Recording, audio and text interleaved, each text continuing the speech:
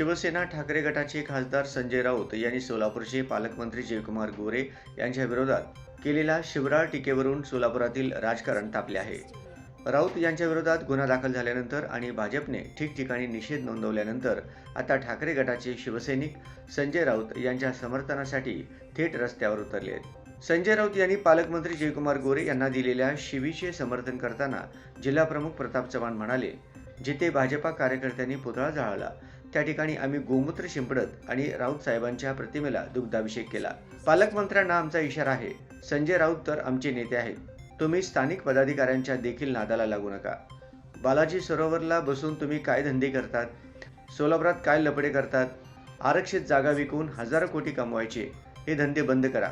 अन्यथा सोलापूर बंद करून तुमच्या विरोधात मोठे आंदोलन उभे करू. राऊत साहेब जे बोलले ती महाराष्ट्राची भाषा आहे, त्यात वेगळं काही नाही. संजय राऊत तर फक्त एड डॅश डॅश म्हटलेत. मी जयकुमार गोरेंना लिंग पिसाट म्हणतो. आता या वक्तव्यावर जयकुमार गोरे यांचे समर्थक काय प्रत्युत्तर देणार हे पाहणे महत्त्वाचे ठरणार आहे. दरम्यान जयकुमार गोरेंच्या विरोधात आणि संजय राऊत यांच्या समर्थनार्थ रस्त्यावर उतरलेल्या शिवसैनिकांना पोलिसांनी ताब्यात घेतलं आहे.